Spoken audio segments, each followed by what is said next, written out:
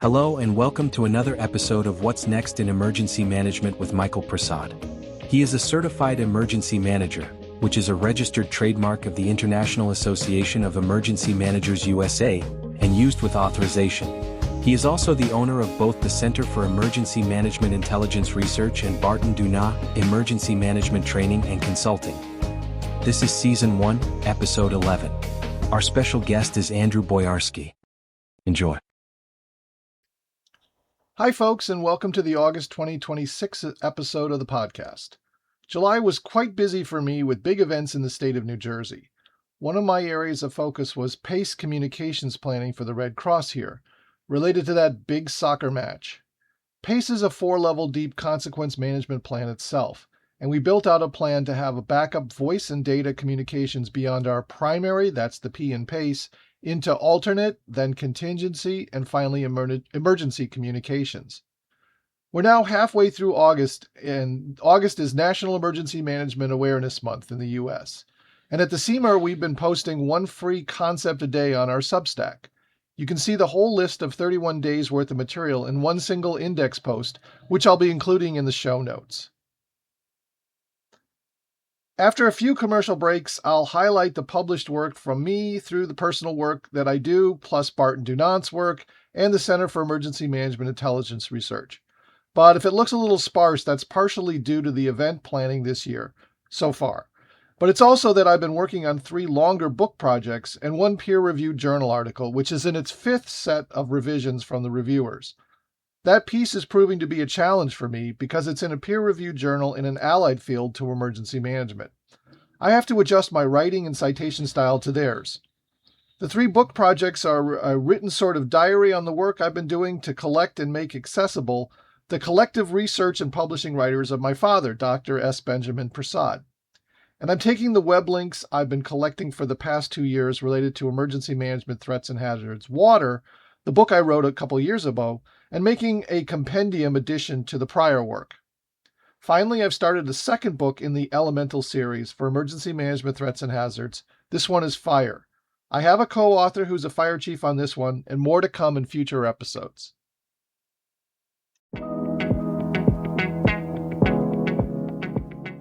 Barton Dunat's knowledge WordPress site, found at blog.bartondunat.com, has an ever-expanding list of after-action reports. Recently, we added the Texas State Report on the flooding tragedy at Camp Mystic on the 4th of July in 2025. You can subscribe to this blog for only $12 a year. There's a special discount for IEM USA members too. Go to IEM Connect via the link in the show notes.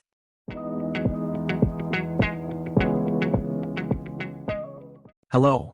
This is Christopher again. Mike wanted everyone to know that the Center for Emergency Management Intelligence Research and Crisis Lab webinar on civilian support to military operations is back on. The rescheduled date is Thursday, August 27th at 12 noon Eastern Time. Registration info via the survey link will be in the show notes.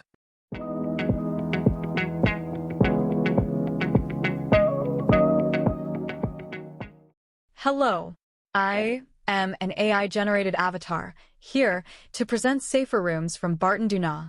Safer Rooms are specifically designed for commercial office buildings, offering secure spaces for both staff and visitors during various incidents, addressing all hazards and threats.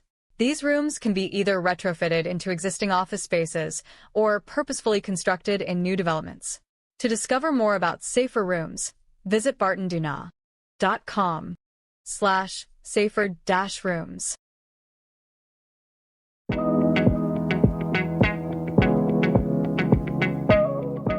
Look for more conversations between Mike and his guests online. Please subscribe to our Samir blog post in the show notes to learn when they will be released. At the CEMAR Substack, I recently posted the following: an intelligence report on the 2024 CrowdStrike failure and worldwide healthcare industry impacts, privatized triggers and escalation risks in Asian maritime security, a piece analyzing a report of U.S. private unmanned vessels encroaching on Chinese military ships and without direct U.S. military command and control, as well as another intelligence analysis report, trends in ransomware attacks on U.S. hospitals, clinics, and other healthcare delivery organizations from 2016 to 2021. I cross-posted material from Garth Phoebus, Philip Bormans, Patricia Frost, Andrew Rumbach, and now Dr. Dan Rector of the Reunification Foundation. That's the first time this month, and you can take a look at the CMER site for that post and information. And I continue to add background depth to the SISMO section, including the pieces noted above. And this is in addition to the FBI IC3 alerts, the ASPR Tracy notices, and partner contributions we regularly pass along. And for August of this year, they're posted rather than emailed to reduce the number of emails that we'll be sending out this month. We're doing an email a day, so rather than clog up your email boxes, figured we would sort of just post them and then you can go look for them if you want. Over at Medium, at the Lipper, I have Disenfranchising the Deaf During Disasters. And at Medium's Policy Panorama, a different publication on Medium, I have Is the U.S. Building a Warrior Class? The U.S. military once again seeks to restore a, quote, warrior ethos, unquote. Both of those pieces have connections to emergency management. I write some other non-EM stuff over at Medium as well, under the pen name Barton Dunant. If you're a Medium subscriber, please check them out. And don't forget, if you're a free CMER Substack subscriber, we'd love if you invited your friends to subscribe too, so they can read our material along with the rest of us. If you refer your friends, or even your foes, or fiends, you will receive benefits that give you short-term paid level access to the CMER Substack. Learn more from the show notes as well too.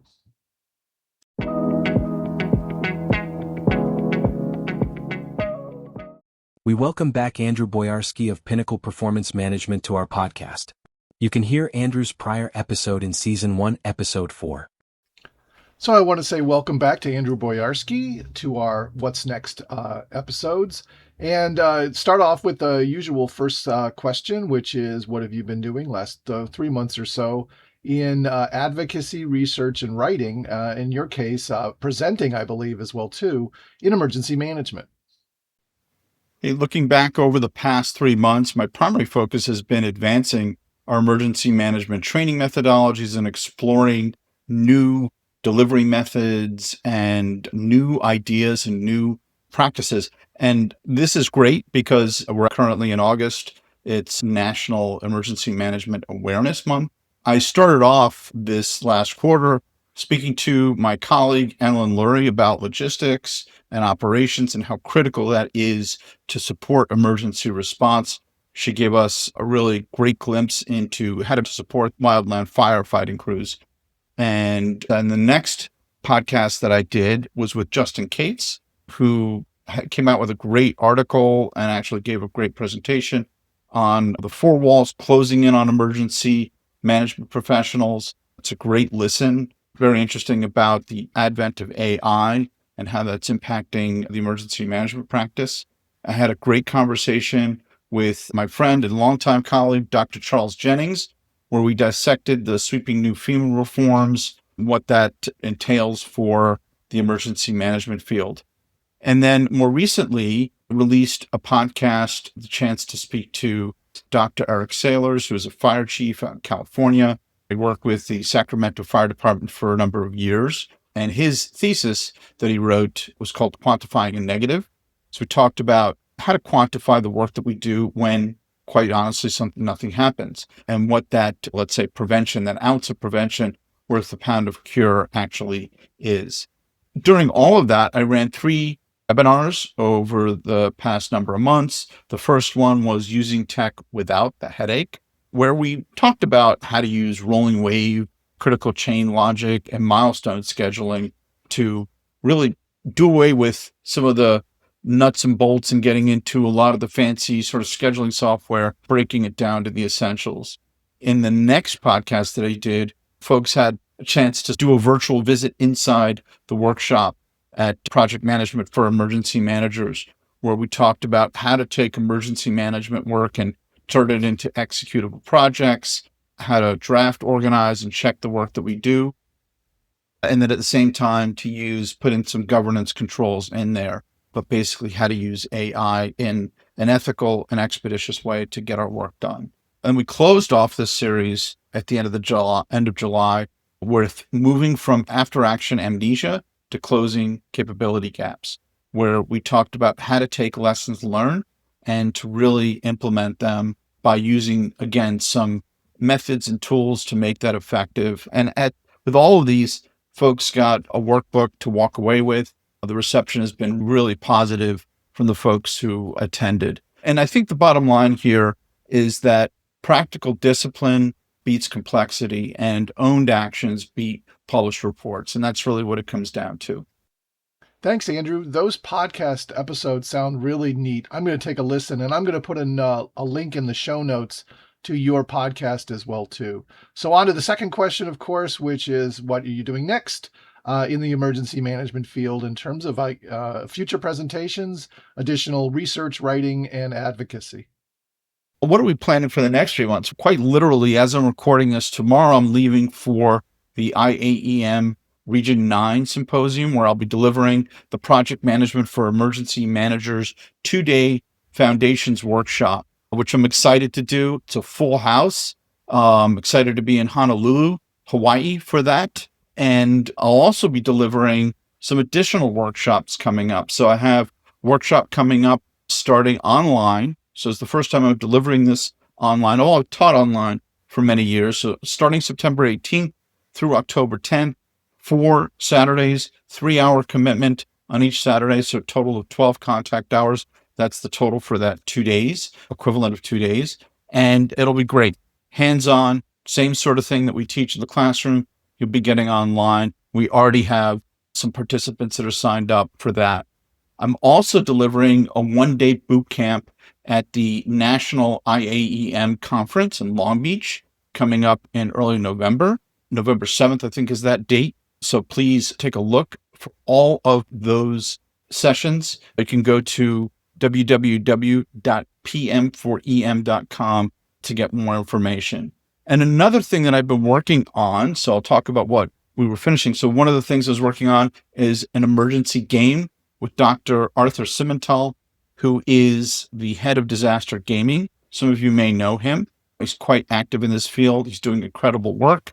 And I've had the good fortune to be able to work with him. We've actually taken something that I've worked on over years for a prototype stage to a final sort of beta pilot testing. So we'll be testing that on September 1st. I'm excited to be able to do that. There's a number of people, my colleagues here in Region 2 and others that we're going to be bringing in for that to test that one day. And then that will be released publicly, hoping in September. By mid to late September, we should be getting at this. So stay tuned for that.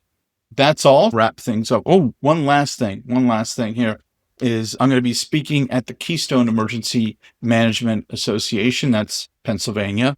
For those who are unsure or unaware of the Keystone State moniker for Pennsylvania. So that'll be September 27th. I'll be delivering a hands-on interactive exercise together with my colleague, Anthony Mangieri, who I've worked with on a number of occasions. It'll be exciting. First time to speak at the KEMA conference. So I'm looking forward to that. All great stuff, Andrew. Thanks a lot. I'll also put a link into your PM4EM website as well, too, so folks can, if they can, travel to those sites and find you on tour, basically, this year. So thanks again, Andrew, for coming on the show. Well, that's a wrap for this episode. You'll hear us or see us next month on the next episode. And everybody take care. This is the end of the episode for podcast listeners. Please consider liking and subscribing to help us in the ratings. Paid Samir Substack subscribers can comment there. We don't look at comments anywhere else. There's a wee bit more video and music on the Substack version after this. Goodbye.